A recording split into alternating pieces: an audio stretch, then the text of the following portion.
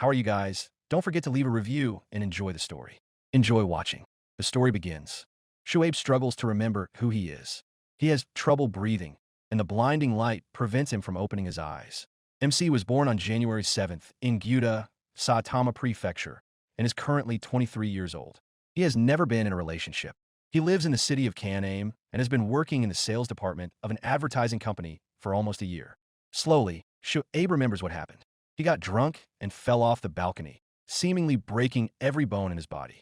After the trouble MC caused the company, he will definitely be fired. The agonizing heat forces Shuaib to open his eyes. Before his astonished gaze appears the vault of a cave. MC realizes with confusion that he doesn't know where he is. One thing is clear. He is definitely not in the hospital. Shuaib tries to reach out his hand, and he realizes with disgust that he is covered in some kind of black filth. Another discovery awaits him, this time a pleasant one. He can move his arms and legs freely, as if they were not broken. However, his situation is overshadowed by the fact that he is completely naked.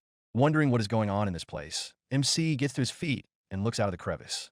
To his surprise, he realizes that he is in a subway tunnel. He wonders how old the subway is and where he is after all. All he can do is hope that someone will help him. However, before going in search of people, MC needs to find clothes or he will end up in jail if he walks around naked. Shuaib's thoughts are interrupted by the sound of someone's hurried footsteps. He looks back, and all his instincts tell him to run. A wolf is hunting him. The predator jumps on MC, saliva spraying from its bared fangs. Thoughts rush through Shuaib's head. Where did this wolf come from in Tokyo? Maybe it's a dream? The wolf is not deterred by the MC's shout to get away. The predator sinks its teeth into the hero's arm, biting it until it bleeds. Screaming in pain, MC pulls back his injured limb. He looks at his bleeding hand. Thoughts of death rush through his mind. The animal lunges again. Shuaib shields himself with his arm and closes his eyes. He does not want to die. Suddenly, a sword appears in his hand, piercing the wolf's skull.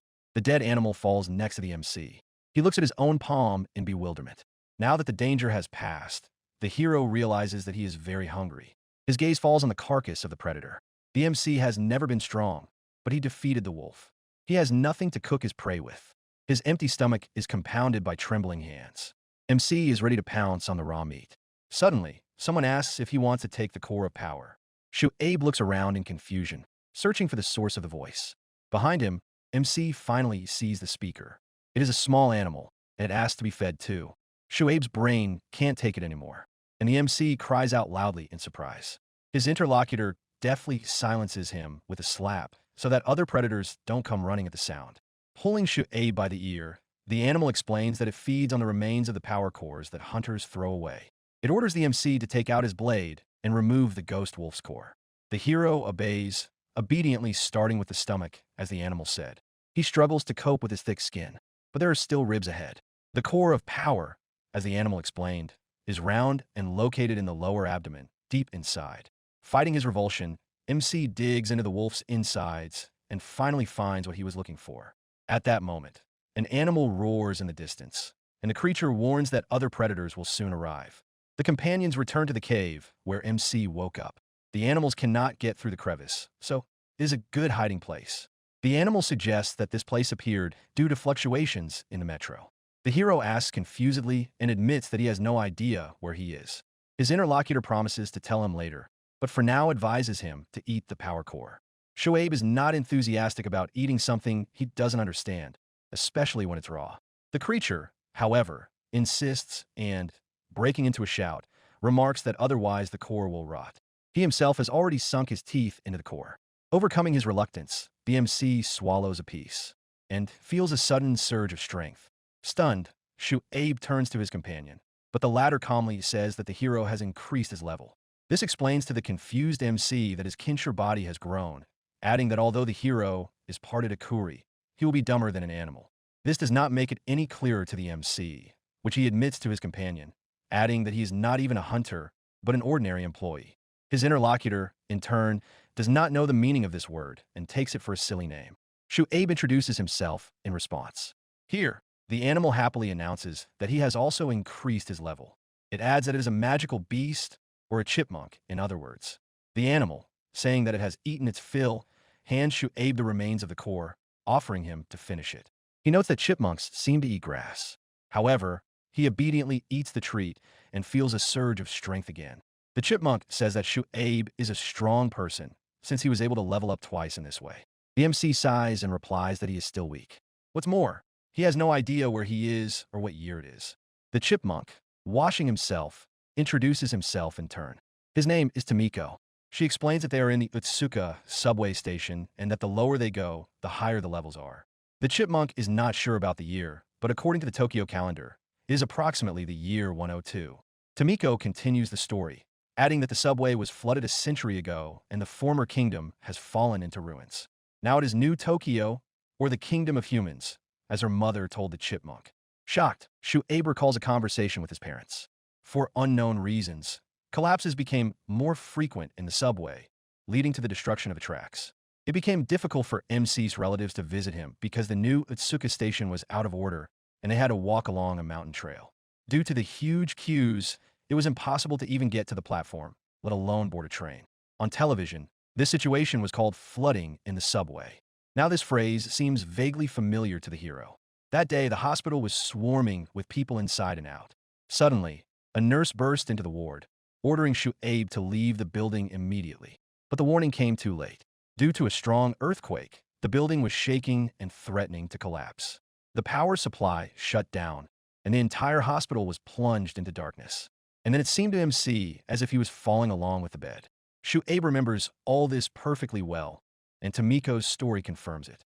The earthquake apparently occurred at the same time as the subway flooding, and perhaps these disasters destroyed not only Japan but the entire world. That is how New Tokyo came into being, and 100 years have passed since then. But that's simply impossible. Shuaib should have disappeared by now, but he is still alive and well.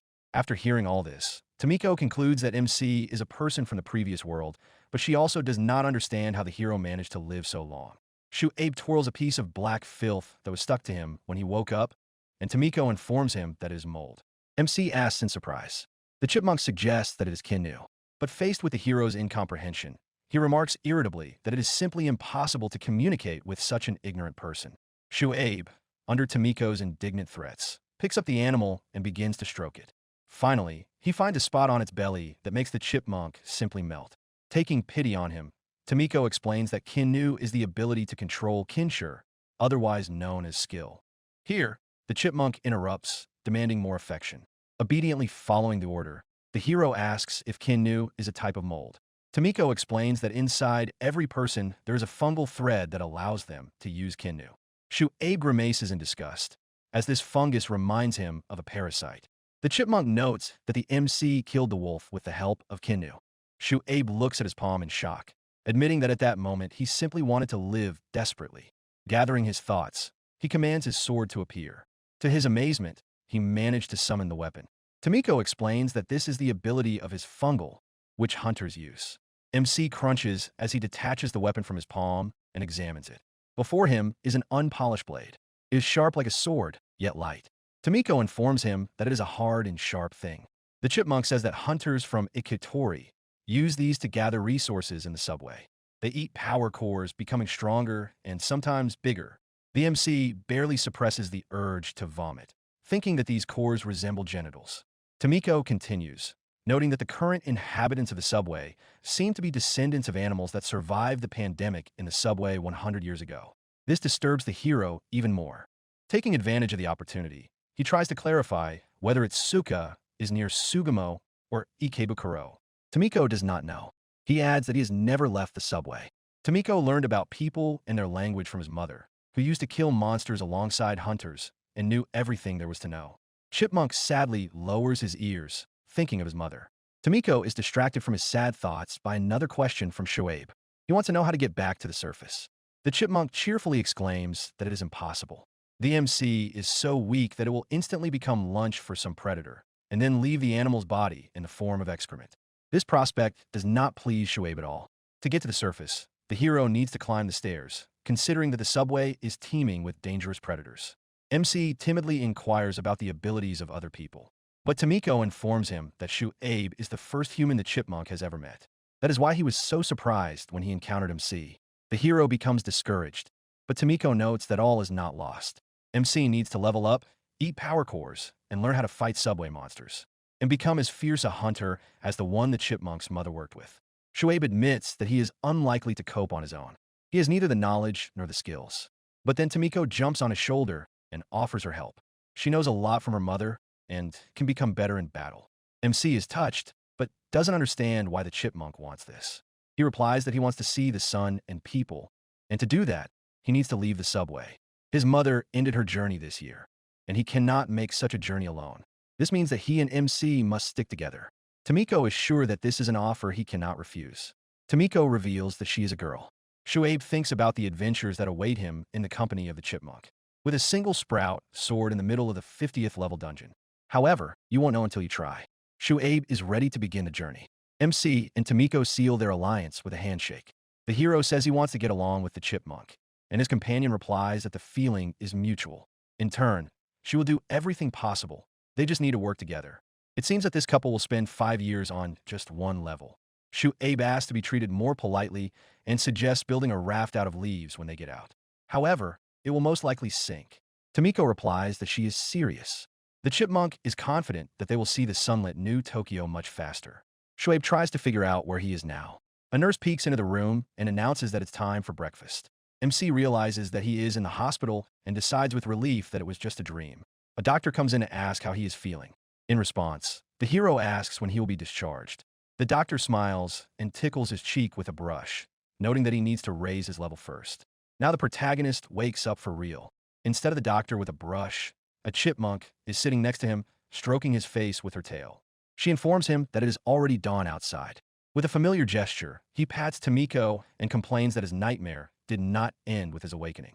He is surprised that it is so light in the cave, because, according to the chipmunk, they're on the 50th level of the subway, which is a kind of underground labyrinth. Tomiko explains that it's all thanks to the firefly nests. In the morning, they glow bright yellow, and at night blue. MC realizes that yesterday, they simply fell asleep. He feels thirsty and very hungry. Tomiko suggests going to the oasis. The hero follows his ally in bewilderment. Climbing out of the crevice, Shoaib notices the corpse of the ghost wolf he killed yesterday. Its carcass has already begun to gradually turn into seedlings, and mushrooms are to blame for this. They don't even need sunlight to grow. There's plenty of that in this oasis too. Just in case, he decides to summon his sword. The MC thinks to himself about the abilities of fungi. So far, he only knows of two, the healing effect of mold and the ability to summon weapons. But she doesn't know how many there actually are. The companions continue on their way. Tomiko sits on Shoaib's shoulder and acts as a navigator. Finally, they reach their destination. Shocked by what he sees, the MC stops. His gaze falls upon the very oasis covered with lush vegetation. Remembering the possible dangers, the hero nervously looks around, but Tomiko rushes to reassure him. She has her own fungal ability. The chipmunk can hear the slightest squeak. Nothing threatens them yet. There are only a few rodents nearby. Relaxing, the MC approaches the pond. He scoops up some water and drinks it with relish. It seems incredibly delicious to him. Tomiko scolds him for slurping, and she begins to wash herself. Finally, rubbing her cheeks, she carefully wipes her fur with a leaf. Shoaib asks his companion what the red stone on her forehead is. She replies that her mother had one just like it, as probably did all the other chipmunks. MC touches the stone with interest, and Tomiko indignantly demands that he stop because this spot is very sensitive. But soon her protests turn into pleasure and requests to continue. Now the hero wants to find food, and the chipmunk comes to his aid again. She explains that it is better to stay away from shiny flowers, but lush bushes and plants with curls are quite suitable for food. Spotting an acorn dandelion, Tomiko hastily leaves her observation post, MC's shoulder, and eagerly begins to eat. Shoaib realizes that even a talking chipmunk is still a chipmunk. The exploration of the oasis is coming to an end. Although there is no familiar food to be found, this place still delights the hero. He finds strong grass that can be used as thread. Shoaib plans to gather as much as possible to weave himself a place to sleep. He also discovers a huge leaf, and soon he makes himself a loincloth. MC is even pleased with the result. Just in case, he asks Tomiko if she can hear any wolves. She, stuffing acorns into both cheeks, hastens to assure him that predators rarely come to the oasis. Her mother explained that the strong smell of herbs scares them away. Shoaib suggests choosing the oasis as their home, but Tomiko points out that if predators do come here, they will have nowhere to run from them. The MC has to agree with this. After gathering a substantial supply of food, carving a stone knife, and bringing in as many materials as possible, The allies begin to build a base in their cave. Shuaib tries to light a fire, but fails. Tomiko reasonably points out that the kindling is completely wet. But that's not the only thing preventing Idol from raining. A rat scurries around the shelter, which the MC catches with a wave of his hand. He doesn't expect such agility from himself, but attributes his unexpected dexterity to a bonus from leveling up. Tomiko demands that the rodent be wiped off the face of the earth, and for the sake of preserving their provisions, the hero kills the rat. He cuts out a tiny core of power. MC decides to swing using small animals, as he is still too weak for predators. Tomiko mockingly remarks that at this rate, he will need 10,000 rats just to move on to the next level. This news does not please the hero. The chipmunk advises him to start with ghost wolves or goblins, which even a pathetic person like him can handle. Noticing MC's reaction to the latter, Tomiko explains that goblins are monkey-like creatures completely covered in thick fur. There are 3 types: green, the weakest blue, stronger than green, and on par with ghost wolves. Shuaib decides to avoid them and hunt the green ones, but Chipmunk adds that only blue and red ones are found on this floor. The red ones are even more dangerous, with a level above 15, which means they can use fungal abilities. The latter can also summon fungal weapons and fungal balls. The hero wonders what goblins do with the balls and asks if Tomiko has any. She indignantly reminds him that she is a female, and the MC becomes a little clearer. Shuaib decides to guard the entrance to their shelter and asks the chipmunk to warn them if predators approach. He realizes that they will have to fight to survive. Tomiko volunteers to deal with the corpses, but MC replies that she will help him. 3 days pass. Tomiko pats Shuaib's face with her paws, trying to wake him up. She informs him that something is approaching their shelter. MC tenses up, realizing that the time has come, and asks who exactly is coming. The chipmunk replies that it is a wolf and a goblin fighting each other. These 2 species do not like each other. Tomiko advises waiting and then going out to finish off the remaining beast. Calling forth his sword, the hero tries to cheer himself up with the remark that the observer always wins. But then a wave of panic overwhelms him, and his hands begin to shake. Stammering, he reminds himself that without this, he will not be able to get to the surface. Tomiko orders him to pull himself together. Taking a deep breath and exhaling, Shuaib calls out to the chipmunk, and they set off to meet the danger. Peeking cautiously from behind the cave wall, the MC sees a fierce battle between 2 predators. The blue goblin is about a meter tall, but he is fierce and agile. However, in terms of level, it is noticeably inferior to the ghost wolf. The latter throws the goblin to the floor, and Shuaib thinks the wolf has won. But then someone strikes the gray predator in the throat. It turns out that the red goblin has joined the battle. He showers the wolf with fungal needles. The goblin jumps on the pierced predator, but the wolf meets its opponent with a bare jaw. In an instant, it's all over. The shocked observers see the wolf tearing at the goblin's body. Despite the fact that the needles are sticking out not only from its skin, but also from its eye, the gray predator growls fiercely. Shuaib is once again overcome with panic. He understands perfectly well that it wasn't that the red goblin was weak, but simply that the wolf was monstrously strong. Will he ever be able to defeat these monsters? After all, there is no one more dangerous than a cornered wolf. Tomiko timidly calls out to him. Through clenched teeth, the MC orders her to gather the wolf's bones, and drawing his sword, rushes into the attack.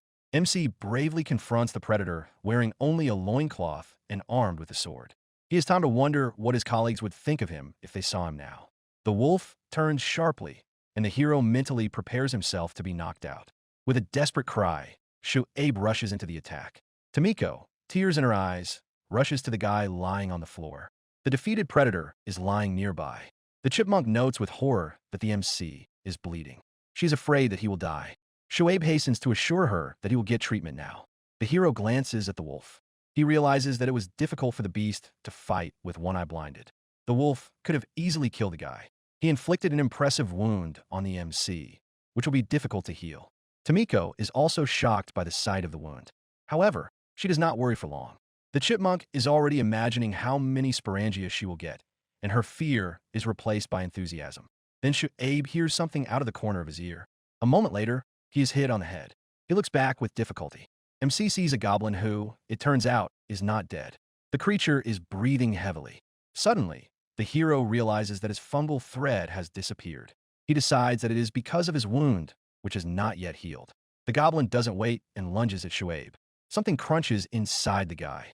Tomiko screams in horror, calling out to the hero. He falls to the floor, choking on his own saliva. The goblin looms over his fallen enemy.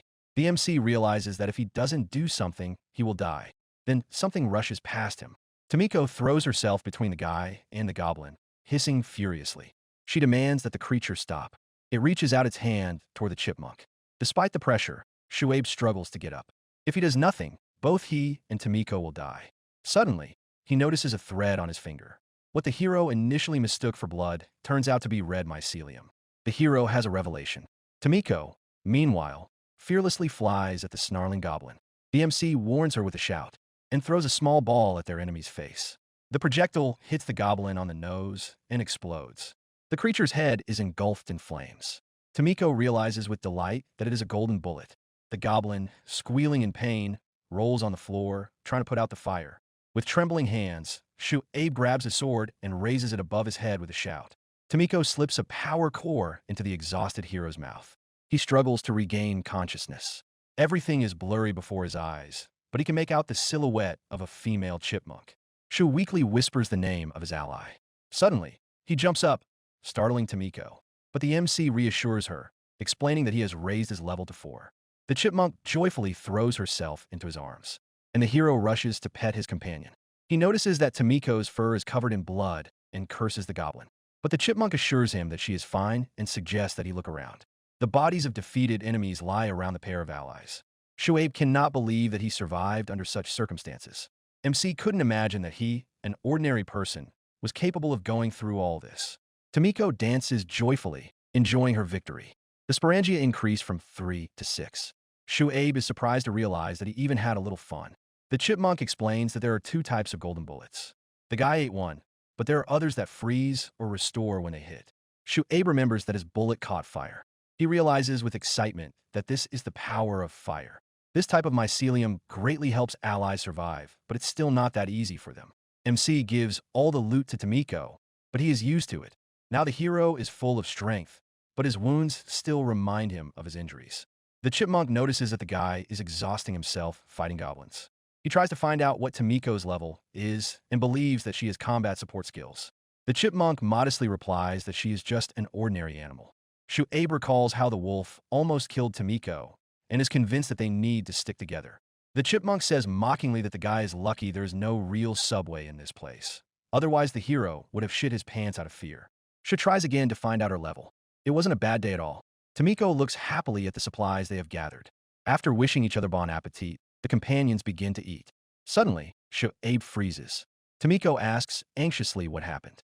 The MC's back feels like it's on fire, although it doesn't seem like a level up. Pulling away from her lunch, the chipmunk happily announces that this feeling means the hero has gained a new ability. She can't believe his ears and asks what he should do. Tomiko calmly returns to her acorn and suggests that he say the skill options to himself. A shield appears in the hero's hand. This is Shuaib's new skill. The MC notes that the shield is as durable as a sword and decides that it is made of red mycelium. Although it won't be possible to attack with it in battle, it certainly won't be superfluous. Another defeated wolf, bleeding profusely, falls to the ground. The hero tentatively decides to try to block a fang or claw with the shield. To his surprise, for the first time, he does not take the slightest damage. Shu and Tomiko happily rush towards each other. They play with the shield together.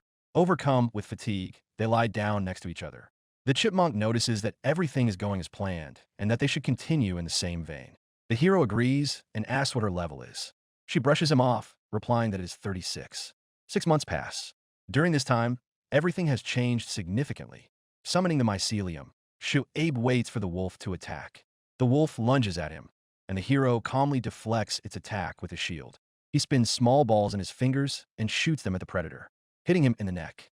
However, it wastes no time and grabs the sword with its teeth. Tomiko screams, warning MC that another wolf has crept up behind him. At this point, the confidence disappears from the hero's eyes. He quickly throws a bullet, simultaneously snatching his sword from the predator's jaws. She loses his balance, but manages to stab the wolf that jumped on him with his weapon. He gets back on his feet. Shuaib finally exhales. Tomiko admits that the second predator crept up so quietly that even she didn't notice it. The wolf is still wheezing on the floor. Apologizing to his enemies, the MC finishes what he started with his sword. Shu is now level 17. In 6 months, Shuaib gets used to what is happening. Tomiko notes that the MC has become stronger thanks to her special training. although the beast's level is lower than that of the hero. His abilities are improving, which cannot be said about his physical form. The mycelium is growing, but not the guy's muscles. Thanks to the resources obtained during battles with enemies, Abe acquires useful items. Now he has a flask made from a wolf's bladder, a bag made with great difficulty from the skin of a gray predator and straw twine, and even clothes sewn from the skin and fur of a long-suffering animal. He has also mastered the recipe for tea made from mycelium in boiling water, which is considered a delicacy. It has been half a month since Abe's last level up. He complains that he cannot fight wolves forever. The hero is touched by the sight of the ghostly wolf cubs with their mother. He doesn't want to think about them all dying out because of the fighting. Tomiko decides to tell him about other enemies. For example, there are metro beasts with sporangia, but they reproduce not with spores like mushrooms, but with the help of males and females. The chipmunk hopes that they will be able to avoid the ogres. She believes that they will not encounter ogres and orthrus on this floor. Continuing to think aloud, Tomiko comes to the conclusion that there will be no weak enemies here, but they will definitely encounter ogres. Shoaib is not pleased with these prospects, and he suggests moving on. Tomiko praises him, noting that he is getting stronger. She adds that beginners and amateurs are usually the most dangerous. The chipmunk believes that the MC will be able to fight goblins once he levels up. This is a sore subject for Tomiko, so she bursts out with angry words, cursing the goblins, their stupid laughter, disgusting smell, and endless noise. On top of that, they eat everything they see, not even turning down cockroaches. Chipmunk says she has already suffered enough from them, and now wants to burn them to the ground. Her words find support from Shoaib. The goblins' territory is located in a shelter where the strongest of them surely reside.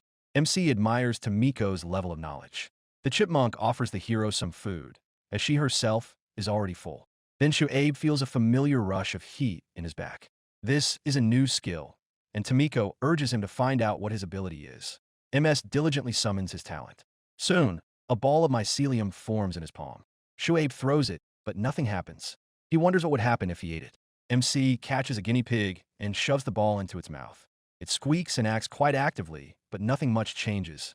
The hero asks Tomiko if she can talk to the rodent, but indignantly replies that she would rather talk to fish. But punishment for rudeness catches up with her. This time, Shoaib shoves the ball into Tomiko. She curses loudly, but suddenly remarks in amazement that it is very tasty and juicy. The chipmunk recognizes the delicacy from the city her mother told her about. The ball is not poisonous and even seems to lift her spirits. Tomiko demands more. Now the MC is the happy owner of 5 abilities. Restoration heals minor wounds in seconds and serious ones in a minute, but causes intense hunger. Sword of Mycelium, as light as if made of wood. Flaming ball for long-range combat. When it collides with a light object, the cocoon breaks and burns with a small explosion. Mycelium shield, round, more than 5 centimeters thick, and as strong as a sword. And now, there is another mysterious ball. If you throw it, sweat oozes from your skin, but if you eat it, nothing happens. The hero remembers that Tomiko said something about improving hearing. The next morning, Tomiko interrupts the guy's washing. She shows him a unicorn grazing behind the bushes. Shoaib wonders if it is strong. The chipmunk replies that the unicorn is special, and no one on this floor attacks it. It is not aggressive and can flee from battle, but it is capable of defending itself. It kills a wolf with a single blow. MC wonders how much experience the spore bag will give him. He considers poisoning the animal. The unicorn seems to read his thoughts. It turns to the hero and looks at him suspiciously. Tomiko and Shoaib instantly cower. The companions reach the goblin cave. The MC does not want to fight yet, and the chipmunk agrees with him. But the battle is inevitable as a wolf attacks the hero. He defeats it in a minute, and soon the allies are feasting on power cores. Suddenly, Tomiko jumps up, wailing, which frightens Shoaib. It turns out that her level has increased, and the MC rushes to congratulate her. He notes that this is the 3rd time in the last 6 months. The hero assumes that she was level 12 when they met. Tomiko seems to agree, saying that she has nothing to hide. She suggests closing the subject, because it is not customary to ask a lady's age, just like her level. Shoaib agrees. Tomiko sincerely admires MC's skill level. She adds that although she has also honed her skills, she is far from being a hero. He is simply magnificent and adapts very quickly. The guy is embarrassed, not immediately finding an answer. He notes that it is only thanks to Tomiko. Tomiko doesn't mince words, agreeing and adding that without her, MC would have been eaten long ago. She reminds him that they need to hurry because time is running out. The companions enter the cave. The chipmunk suggests hiding if they see anyone. There, The hero sees a flower that reminds him of an orchid. He asks Tomiko if the plant is edible. He reaches for the flower, but suddenly the chipmunk stops him with a cry. The guy just touches the mysterious flower with his finger, and it suddenly starts moving. Tomiko angrily lunges at the guy. She reminds him that she asked him not to touch unfamiliar things. She slaps him and adds it is most likely a goblin trap, and that they will now rush to the scene. While Shoaib holds his cheek, the chipmunk panics. The guy freezes. He senses that the atmosphere has changed. The hero realizes that the goblins are already nearby and prepares to meet them. Tomiko climbs onto his shoulder. 3 creatures come out to them. They notice the companions and rush at them. The MC is already thinking of joining the fight, but Tomiko rushes to dissuade him, noticing that there is a red goblin among the trio. Then the wolf enters the battle. A fight breaks out. The hero turns around as he runs, seeing a bloody mess behind him. The allies flee in haste. Tomiko screams in horror, cursing the goblins. The hero asks her not to yell in his ear. He adds that they will have to get rid of their enemies somewhere anyway. The wolf watches them closely. The goblins chase after the allies. Shoaib realizes that they need to hide, but there is nothing they can do. Their pursuers are too close.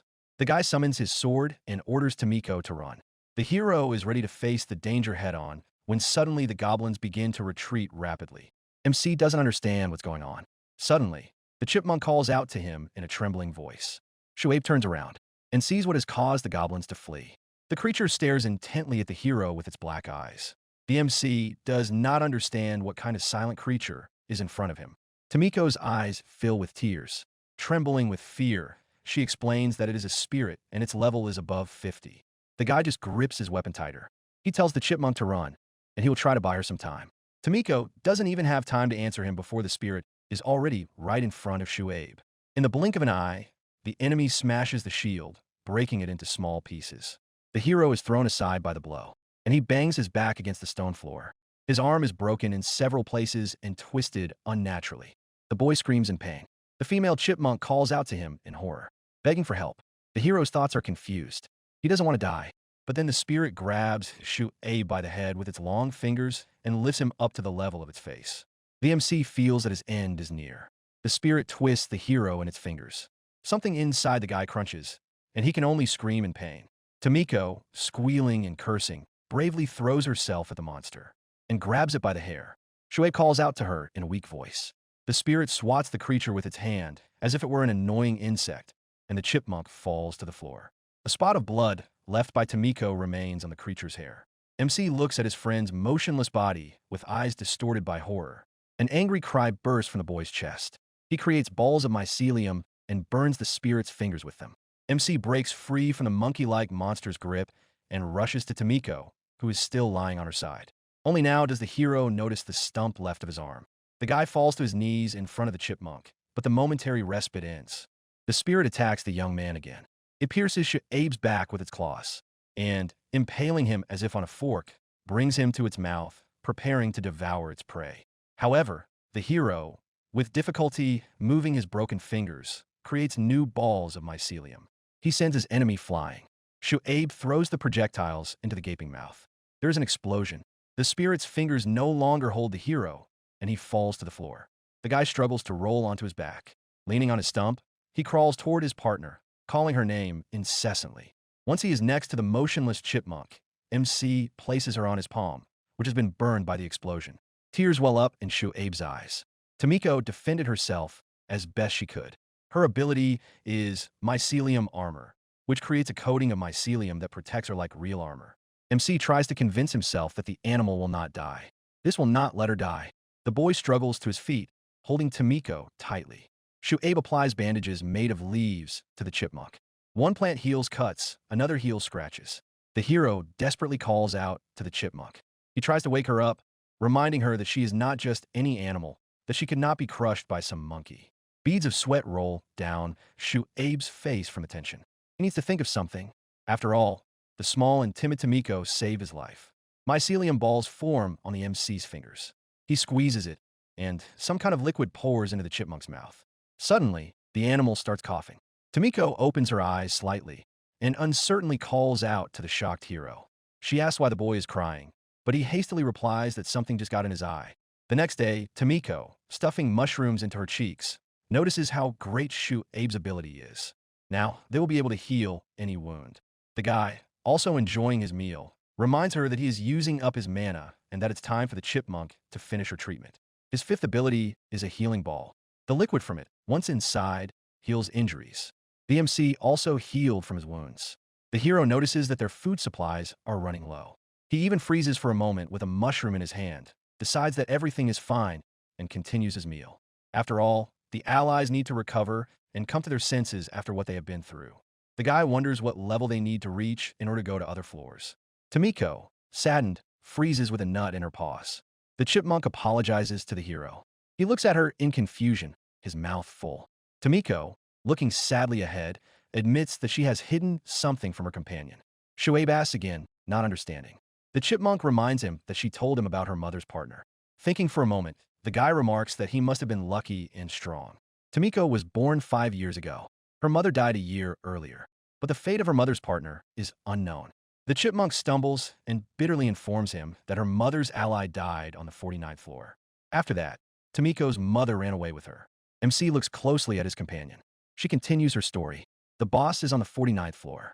Although there are no devils or ogres there is someone stronger than any ghost. Tomiko's mother and her partner fought against that boss. Together, they were a truly powerful team, but by a twist of fate, they had to flee. However, the entrance gate was closed, and the allies decided to make their way to the 50th floor. Eager to reach the surface, the pair prepared to battle the boss. A week later, they encountered the boss again, and the hunter was killed.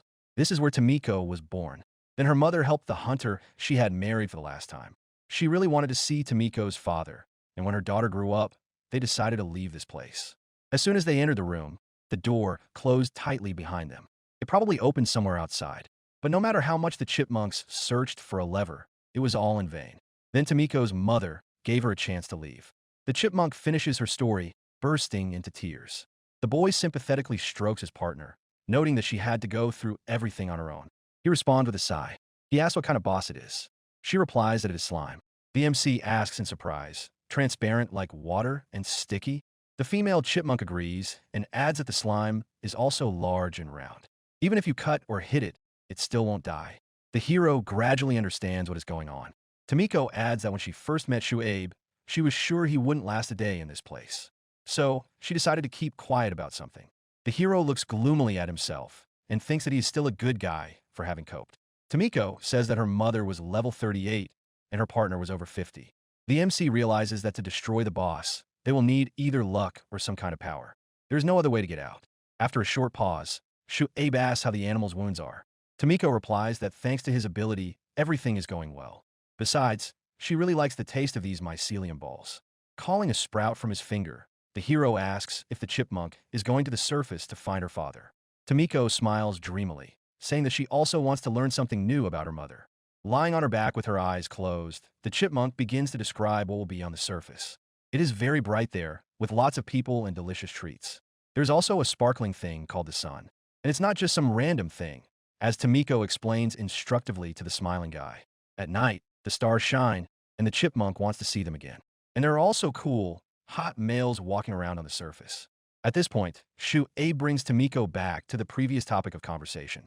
The chipmunk says that she had already thought about giving up because of her helplessness, but she really wanted to leave this place. But then Tomiko met the MC and decided that this might be her last chance. The chipmunk adds that she was sure the hero would die right on level 1. He apologizes sarcastically for disappointing her and reminds her not to judge a book by its cover. Shuaib thoughtfully detaches the ball of mycelium from his fingers, when suddenly Tomiko admits that he is good. The hero looks at her in surprise. The chipmunk hastens to correct herself, saying that she meant he was a good person. She adds with a smile that she understood her mother's words. It really is much easier and more pleasant with a partner. The MC blushes embarrassedly. Turning away, he pretends not to understand and pours the liquid from the ball into the chipmunk's mouth. She enjoys the delicious taste. It is gradually getting dark. Lying on her back, Tomiko asks what Shuaib will do on the surface. Putting his hands behind his head, he begins to list thoughtfully. First of all, he would look around to understand how everything around him had changed. Next, the hero would go eat yakiniku and ramen, drink some beer, and lie down in a soft bed. Then he would buy some new clothes and watch videos to his heart's content. And then Shuaib would get married. Just the thought of it makes the guy blush and goosebumps run down his spine. Tomiko turns to him and asks if he will continue the hunter's work. He looks at her in surprise and replies uncertainly that he will think about it. The chipmunk immediately begins to persuade him, assuring him that he will make a great hunter. He reminds her that he seems to be the only one. This does not bother Tomiko, and she cheerfully informs him that he has her. The guy's surprise turns into uncontrollable laughter, and he tickles the chipmunk. He notes with satisfaction that an ordinary person and a rodent have managed to survive in this place for 6 whole months. Although the past day was disgusting, tomorrow everything will be different. They will deal with the goblins and wolves, and then Sha'abe will definitely take revenge on the spirit. The companions will set themselves a goal. They will gain experience and definitely reach level 50. Tomiko excitedly agrees. MC decides to temper his enthusiasm. He closes his eyes and exhales. The encounter with the spirit has had a significant impact on his psyche, but sooner or later, he and Tomiko will definitely come to the surface. The chipmunk interrupts his thoughts. She asks if he wants to marry her. He replies awkwardly that if he has to, then yes. Giggling and fidgeting, Tomiko lists Shu'aib's qualities. He is quicker than she is. He has a good personality and puts family first. Squinting and blushing, she asks if he will marry her if the chipmunk doesn't meet any other males. In response, the MC reminds her that she is a squirrel. She begins to run around the cave walls maliciously. The parasite begins to develop an ego. This has already happened with 5 hosts. One of them was a cockroach, but it was not aware of this. The insect could barely repeat its movements, and it was wary of danger. It was controlled by instincts, not thoughts. And the 5th was already a wolf. This one was much smarter, and thanks to this, the host could understand the surrounding world and the creatures that inhabited it. Food, water, enemies, friends, wolf cubs, birds' nests, caves, vegetables, darkness, soil, all of this became clearer. The senses were anger, joy, hunger, thirst, irritation, fear, pain, smell, and sound. At that time, the parasite had neither the will nor the power to control the actions and thoughts of its host. It was merely a shadow of its life. However, on that day, something changed the parasite's ego. It was a creature that resembled a primate in appearance, but had almost no hair on its body. A white-haired monkey was about to finish it off. All of the host's thoughts revolved around his future remains. It would seem that the outcome of the battle was a foregone conclusion. There was no way the bald primate could defeat the huge white-haired creature. But still it fought back. It fought to the end with insane tenacity. He and his master ran off in different directions. The shock was like a dazzling spark. The parasite found the sight incredibly beautiful. Soon the wolf died, and the parasite moved on to its next vessel, the body of a goblin. However, the image of the bald primate walking to certain death still lingered in his mind. 2 years had passed since the battle with the spirit. In the Yotsuka underground subway, the 3rd day of the off-season spring was dawning. Shu'aib crushes another opponent. He doesn't have time to enjoy his victory before he feels a familiar sensation. His back feels like it's on fire. However, this only makes him happy. He calls out to Tomiko. Finally, the MC reaches the desired level 50. The hero and Tomiko high-five each other, rejoicing at this event. The MC suggests going to the oasis before continuing the hunt. The guy wants to wash up. The chipmunk eagerly agrees, noticing that the hero already smells. Tomiko and Shu'aib are brushing their teeth when suddenly the latter notices a familiar creature, a unicorn. It took him 6 whole months to finally get close to the couple. The unicorn, as before, moves absolutely silently. MC wonders if this is an ability of mycelium, since the spirit also moves silently. The hero greets his old acquaintance with a joyful smile on his face. He doesn't even glance at him as he walks past to drink some water. The guy wonders if it's true that the unicorn can't hear him from such a short distance. He remembers that during their hunt with Tomiko, it rewarded them with a deadly stare. MC cheerfully suggests that the unicorn just misses the innocent girl, like in a fantasy story. Tomiko immediately reminds him that she is also a beautiful lady. The hero obediently agrees. The female chipmunk instantly asks the guy if he is a virgin. He tries to avoid answering. Tomiko doesn't let up, and the gloomy MC remarks that it's time for them to go. A new, unexplored territory appears before the eyes of the companions. Shu'aib decides that this is the habitat of ogres, as it does not resemble a goblin dwelling. Ogres are among the deadliest and most dangerous monsters on the 50th floor. They are even tougher and smarter than spirits. The hero realizes that they need to proceed with caution. He uses his 10th ability. This allows him to release invisible spores from his body and outline them in his mind, thus scanning the area. Now, there's only one enemy near his companions, in a nest on a pole. This suits the MC, and he prepares to face it in battle. Tomiko advises him to be careful. The ogre notices Shu'aib and jumps down to the ground with a crash. Now the guy can see his enemy. The ogre is a monkey-like creature with a horn on its forehead. The MC no longer looks at his opponent with such confidence, but the chipmunk, without a hint of worry, encourages him. The enraged ogre beats his chest. The hero uses his sixth ability and summons a hammer made of mycelium. He looks ahead resolutely, thinking that even such a handsome creature will not defeat him. The enemies rush at each other. The shield the hero holds in his hands does not particularly protect him from the ogre's blows. The MC tensely holds back the attack, realizing that he is not making much progress. He throws balls of mycelium at his opponent, which do not seem to cause much harm. The ogre, in turn, also creates balls of mycelium, and then immediately swallows them. Tomiko anxiously warns her partner that the monster has grown stronger. With newfound strength, the ogre lunges at the hero. The hero uses his ninth ability, Enhanced Jump, to dodge the blow. The ogre is already breathing heavily. Shu'aib realizes that his enemy is exhausted and wonders how it will continue the fight. The chipmunk twitches her ears, listening intently, and immediately informs the guy that new predators are about to arrive. He listens to her words and decides to finish off his enemy as quickly as possible. To do this, he creates a new ball of mycelium. He uses it to create a smoke screen. This is the 12th ability of the MC. The enemy is blinded, but the guy can see him perfectly thanks to his keen senses. Now Shu'aib uses his improved jump. He swings his huge mycelium hammer over the stunned enemy. The giant blindly swings around, trying in vain to find his opponent. But the weapon's blow catches up with the ogre faster than he notices the MC. The monster's bones break with a crunch. The monster's tongue falls out of its mouth. The hero apologizes to his enemy, adding that he needs to restore order. Tomiko holds the core of power in her paws with a satisfied smile. Shu'aib notes with surprise that his companion has grown. She replies that she is only 8 years old, so she will continue to grow. She thinks that even though she is still at a low level, she and her mother would now be about the same size. The chipmunk cheerfully chews her prey, and the boy eats his share as well. He reflects on the fact that her mother was level 35, but she suffered the same fate as her partner. In his opinion, the MC is doing well in terms of both level and abilities. Shu'aib calls out to Tomiko. He says that now they have enough strength to hunt ogres. The guy adds that they're already more than equal to all the monsters. The chipmunk agrees with everything. MC excitedly remarks that very soon they will be able to defeat the boss on the 49th floor. Now the companions need to find out more information about this and escape if possible. Tomiko notes that although Shu'aib is no worse than her mother's partner, he still can't compare to him, especially if he puts his strength into it. The guy nods, deciding that he needs to develop a tactic. He adds that they are unlikely to die, given his defensive abilities and healing mycelium. The hero stops himself mid-sentence, noticing how the chipmunks have sadly curled up in their fluffy tails. He realizes that his little friend is having a very hard time right now. He sits in silence for a moment. MC begins to tickle Tomiko, instantly lifting her spirits. She says she understands what he is getting at, but she has one condition.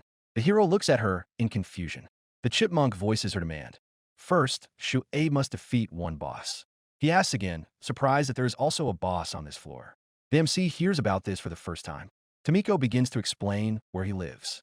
Water drips steadily from the tunnel ceiling. Tomiko points the way to Shu'aib, sitting on his shoulder.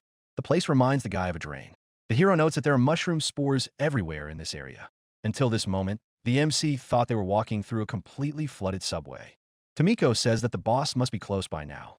She adds that Shu'aib is now on the same level as her mother's partner, at least according to the hero. The MC looks around nervously, hoping they won't get lost in the subway. At the moment, Tomiko has level 28 and 4 abilities: Squirrel Sense, Sprout Armor, Sound Amplification, and Ultra Strong Front Teeth. Shu'aib has level 50 and 11 abilities: Healing Ball, Sprout Shield, Sprout Hammer, Sprout Ball, Electro Ball, Fire Sprout Ball, Sprout Regeneration, Sprout Soar Mycelium, Sprout Growth Shield, Enhanced Jump, Spore Detector. Tomiko is surprised to note that there is no one here from the upper floors.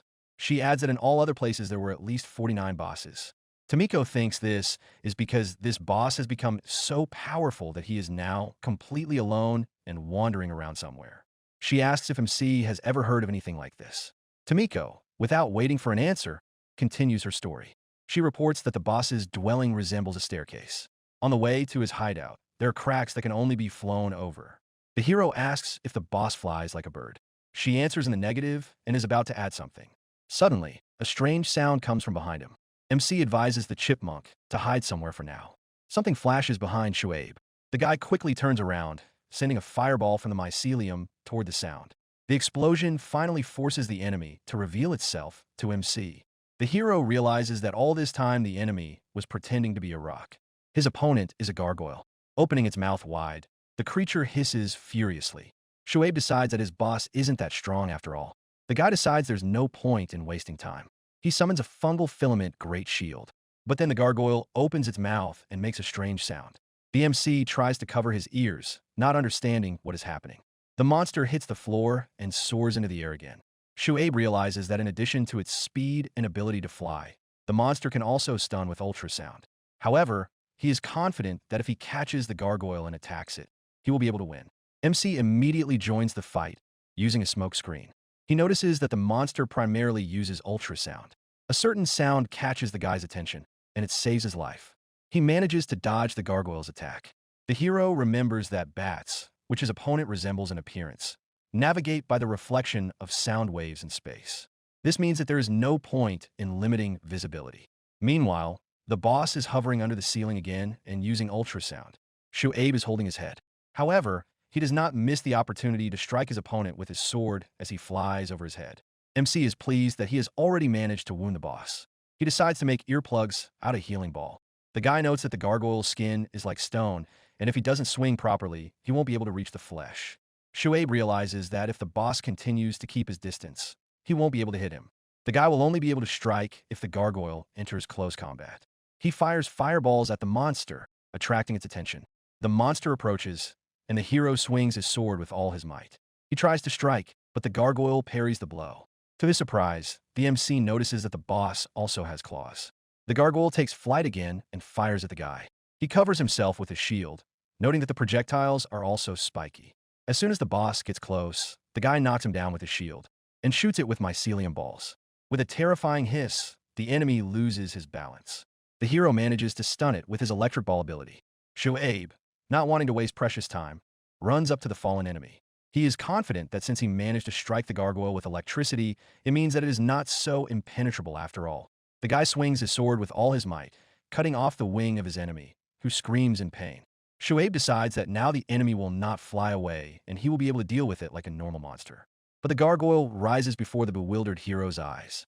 Its eyes burn with a mad fire, its mouth bared, it makes wheezing sounds. The enraged monster lunges at the guy, who barely manages to cover himself with his shield. The boss strikes blow after blow. The hero swings his sword and slashes his opponent's throat. The gargoyle is covered in blood, but does not give up. When it lunges at the MC once more, he cuts off its paw, hoping that the boss will finally die. The monster uses ultrasound again, but Shoaib grimaces and bravely endures this attack as well. The monster tries to hit the guy again, but her blow is not as strong. The hero grips his sword tighter and slashes the boss, causing a fountain of blood to spurt out. The body of the defeated gargoyle falls heavily to the floor. Shoaib exhales with relief. Tomiko happily runs up to him, congratulating him on his victory. The MC admits that the boss was really strong and attacked like it was possessed. That is why the gargoyle was left alone here. It defeated all the other monsters, and by the time the partners arrived, only it had survived. Now there is no one left here but MC and Tomiko. The chipmunk calls out to him anxiously, but Shoaib closes the subject, patting his ally on the head. Now they need to cut out the core of power. Soon, 2 cores lie in the hero's palm. He gives one of them to Tomiko and takes the other for himself. She can't wait to start eating and enjoy the moment. But suddenly MC stops her. The guy notices that there are always enough enemies on their way to get food. The hero distracts the chipmunk from her meal. Having captured her attention, he asks if she understands that they are consuming the life of a gargoyle. Now Shoaib realizes how selfish he has been. However, he realizes something else as well. He still has to face the enemies living on the upper floors. Shoaib concentrates on putting away the supplies he has prepared in advance. Without looking up from his task, he asks Tomiko if she is ready. She sadly replies that she is. She sits wrapped in her fluffy tail, her eyes sadly covered. MC replies that his usually cheerful companion is very worried about something. He recalls that yesterday, contrary to her usual behavior, she didn't even let him scratch her. Tomiko plaintively asks the guy to promise that he won't do anything stupid. The hero agrees. The chipmunk takes her usual observation post on her partner's shoulder. She warns her companion that danger lies ahead. He asks if it is Orthros. Tomiko answers in the affirmative. Thanks to her first ability, Squirrel Sense, the chipmunk can determine the approximate level of her opponents. She compares them to her mother's level. This allows her to identify the type of target she has chosen. Tomiko reports that the enemy is level 40, which means it won't be too difficult to deal with. The beast asks what they will do. MC replies that they will capture it and destroy it. He suggests continuing on their way if the chipmunk is ready. With a crunch, the body of the Orthros, a two-headed wolf, falls to the ground. Soon, Abe is holding two power cores in his palm, stained with the blood of the defeated enemy. Tomiko believes that they should prepare for the boss fight while they still have the opportunity. The female chipmunk points to the stairs, telling the hero that the enemy dwells at the end, on the 49th floor. The hero does not like this news. The staircase is very high, and the last steps are not even visible from the bottom. The companions wonder whether it would be better to let the boss come down to them, since they have to climb such an impressive height. Finally, Abe is ready to climb. Tomiko looks up anxiously. Climbing the stairs brings back memories of the past for the hero. When he was a simple worker, the guy often had to run back and forth up and down stairs. At that time, Abe had no idea what awaited the world. For a moment, it was as if he had returned to his former life. MC stops on the step, deciding to take a break. Tomiko interjects that she is not tired at all. The hero, getting ready to eat, smiles and offers to carry the chipmunk on his shoulders upstairs. Tomiko enthusiastically agrees, promising to carry as much as she can. The MC calmly replies that he was just joking. Finally, the companions are almost at their destination. Now, they need to be extremely careful because the enemy is not sleeping. Abe takes the chipmunk off his shoulders, holding her by the scruff of her neck with his fingers. He advises Tomiko to stay here. She does not argue, only asks her partner again not to do anything foolish. She reminds him to run away immediately in case of danger. With that, they part ways. The chipmunk looks anxiously at the departing hero. Covering himself with a shield, the boy looks ahead tensely. He faces the boss. His enemy looks like a ball made of slime. Beads of sweat run down Abe's face. Although the boss has no face, the hero understands perfectly well that his opponent is now looking straight at him, as if he were prey. A ripple seems to pass over the slimy side of the monstrous creature. With a rustling sound, something falls on the hero's head. However, he notices the danger in time. The MC desperately strikes the slippery, tentacle-like appendage that was greedily reaching for its prey. He parries the attack with balls of mycelium. Sliding across the floor, the hero looks intently at the boss. He did not expect such agility from it.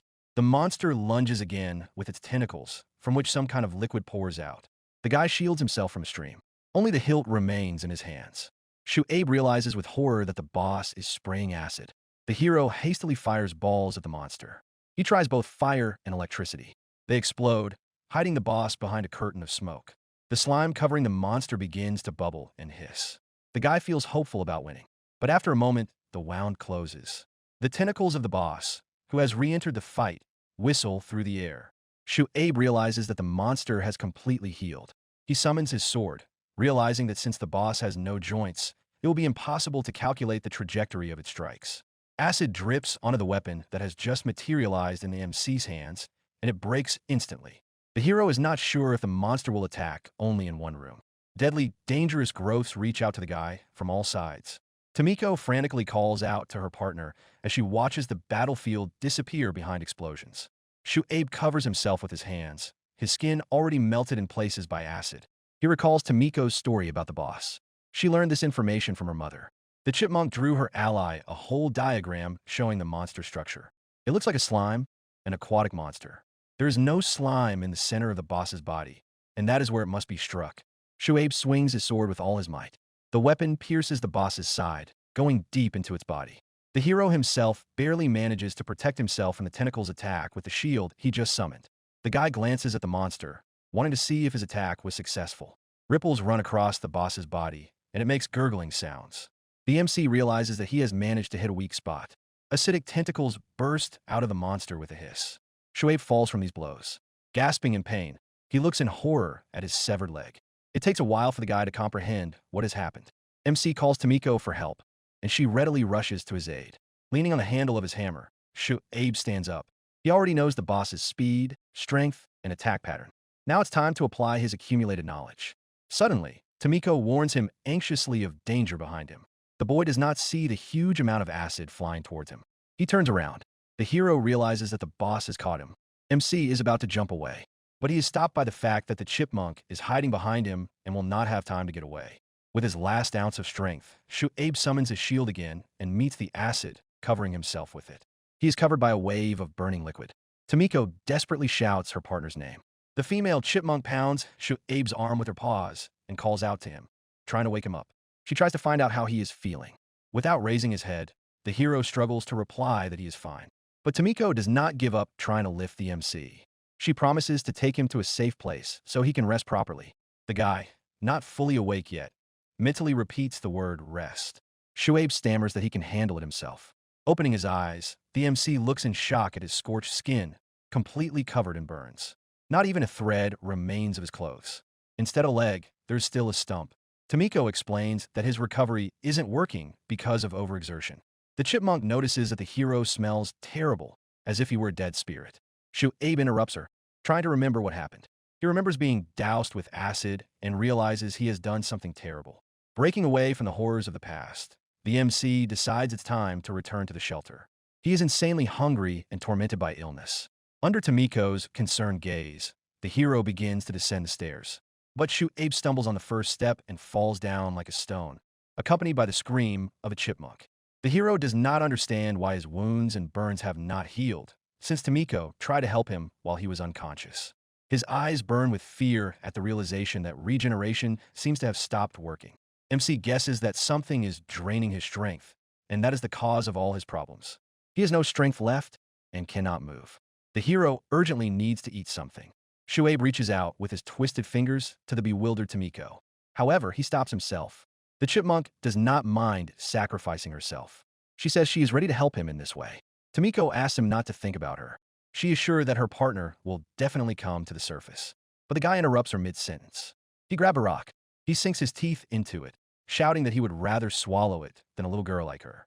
Shu'aib is in the throes of a painful coughing fit. He begs the chipmunk to bring him something edible. Tomiko rushes off, begging him to wait until she returns. The chipmunk rushes through the cave and notices the goblin. In a mad rush, she attacks him.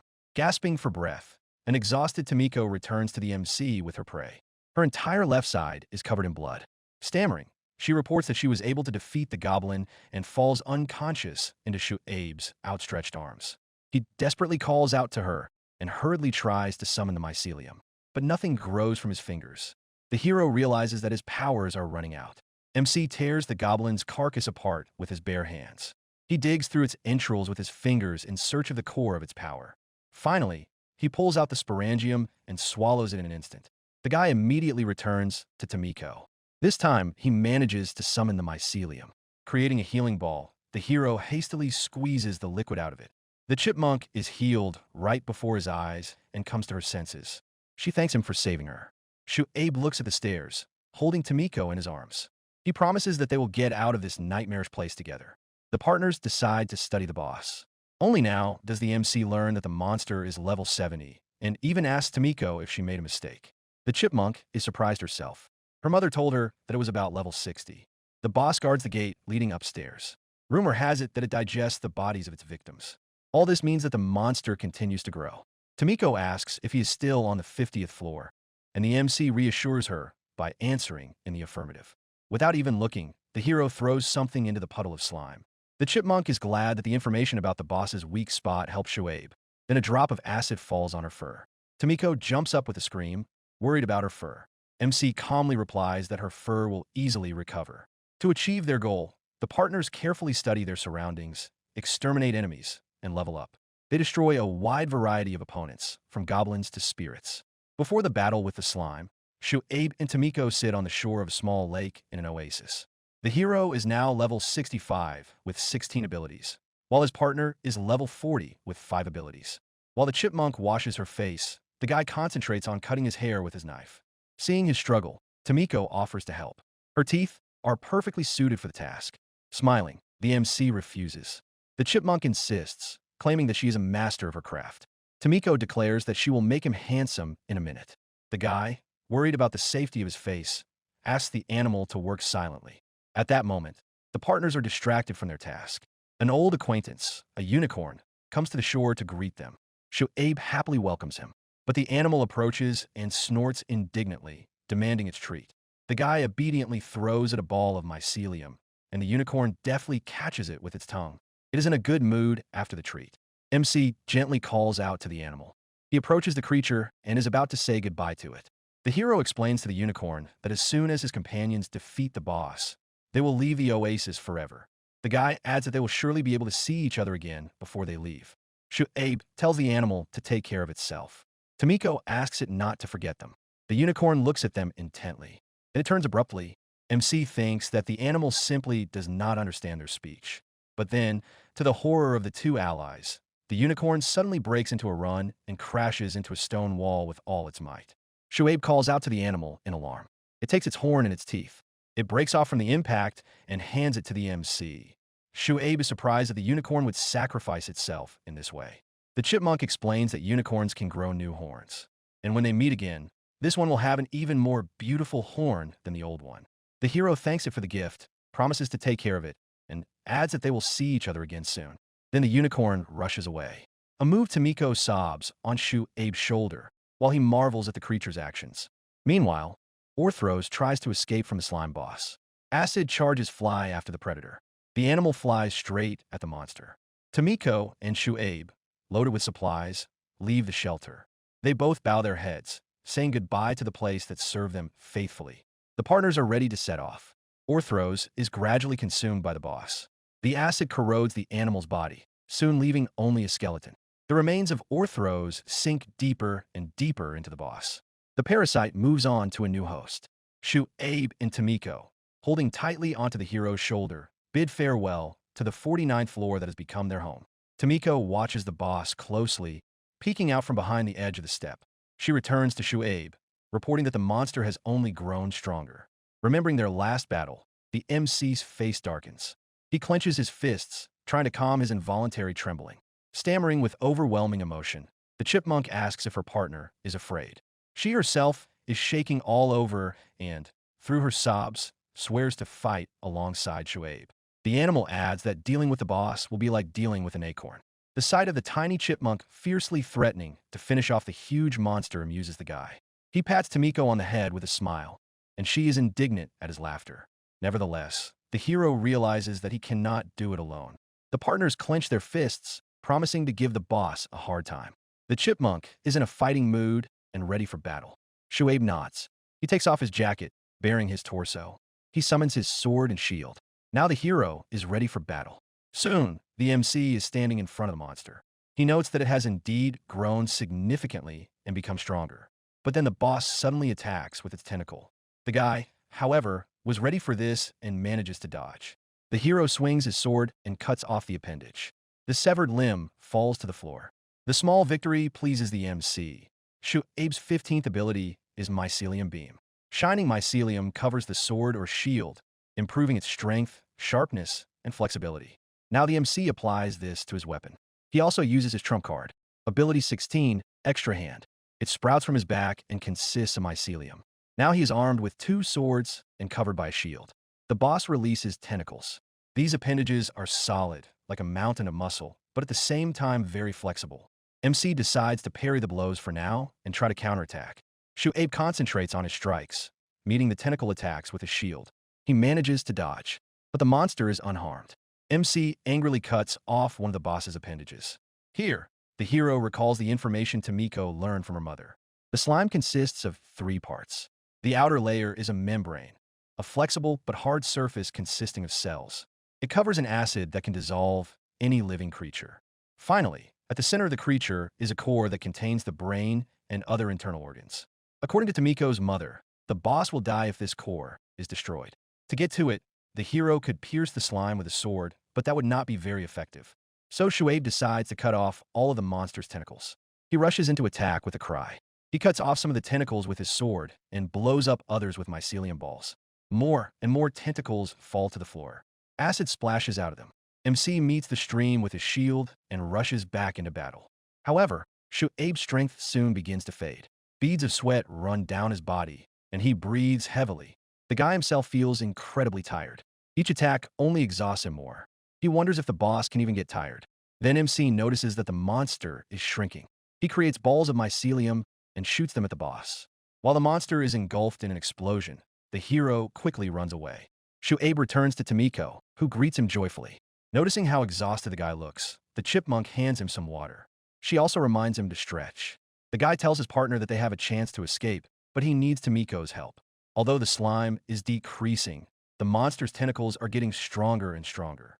While the hero distracts the boss, the chipmunk will have to find something like a lever. It's dangerous, but the partners will have to take the risk. Tomiko listens carefully to Shuabe. She hugs her tail tightly and replies that she is ready. The chipmunk adds that the most important thing is for them to get to the surface alive. MC gently calls out to her. The hero admits that even though he feels like he's on the verge of death and is truly afraid, he is still getting stronger. He reminds her that whatever doesn't kill you makes you stronger. Tomiko looks at the guy in surprise. He hastily eats the power core. With his mouth full, the hero notes that it's time to return to the boss.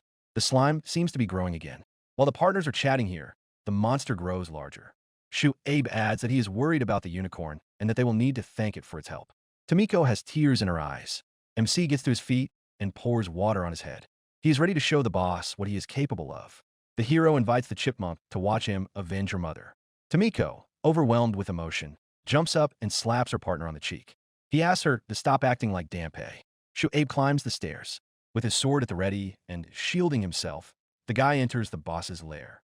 He is ready for the third round. But once inside, he freezes in shock. Shuabe is amazed by the sight before him. The boss is frozen, and he has no tentacles.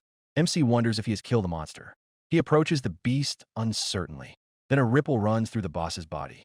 Mycelium threads burst out of it, weaving together into something resembling a mace.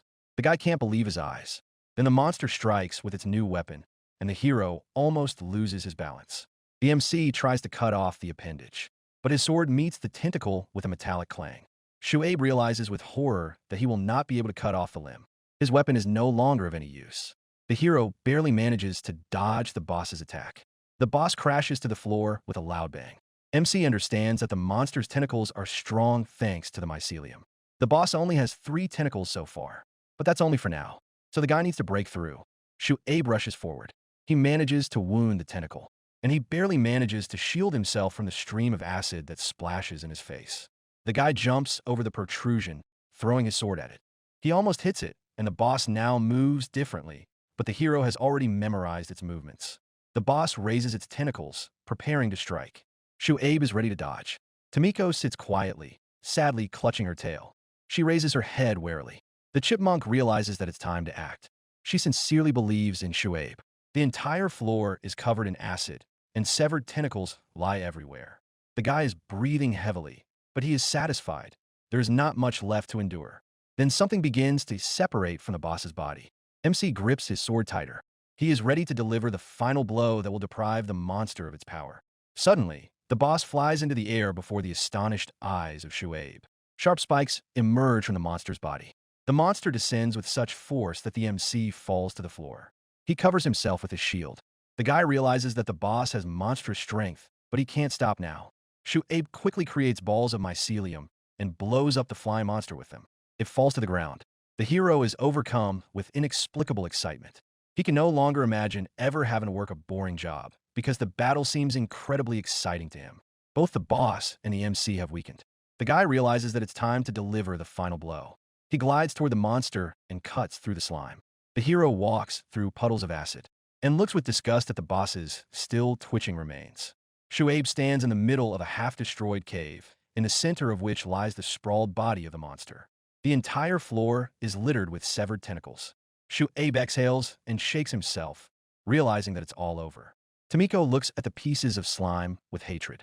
She's about to step on a monster with her paw, but at the last moment, she changes her mind. MC affectionately calls out to his partner, and she throws herself into his arms, thanking him profusely. Tears stream from the chipmunk's eyes, and she enthusiastically admits that she is very happy for Shuabe. He smiles wearily, saying that it hurt. He suggests they get going, as he already wants to see the sun. Tomiko sniffles and agrees. The parasite recalls every encounter with the MC, in the body of a wolf, a goblin, a spirit. They often crossed paths, and each time Shuabe became stronger and more brilliant before his eyes. But in his first battle with the boss, the hero realized he wasn't ready yet. Now, as MC landed blow after blow on the slime monster, the parasite was truly delighted. It admits that the guy impressed it with his strength, as if with a spark. The parasite wants to feel it again and see the hero. To do this, he needs to find a suitable host. His choice falls on a rat, sniffing the remains of the boss. The rodent's eyes light up when the parasite enters it. The parasite is confident that no matter what body he chooses, he will still get to Shuaib. To be continued. Thanks for watching. Write your feedback in the comments. If you like the story, please like and subscribe. See you soon.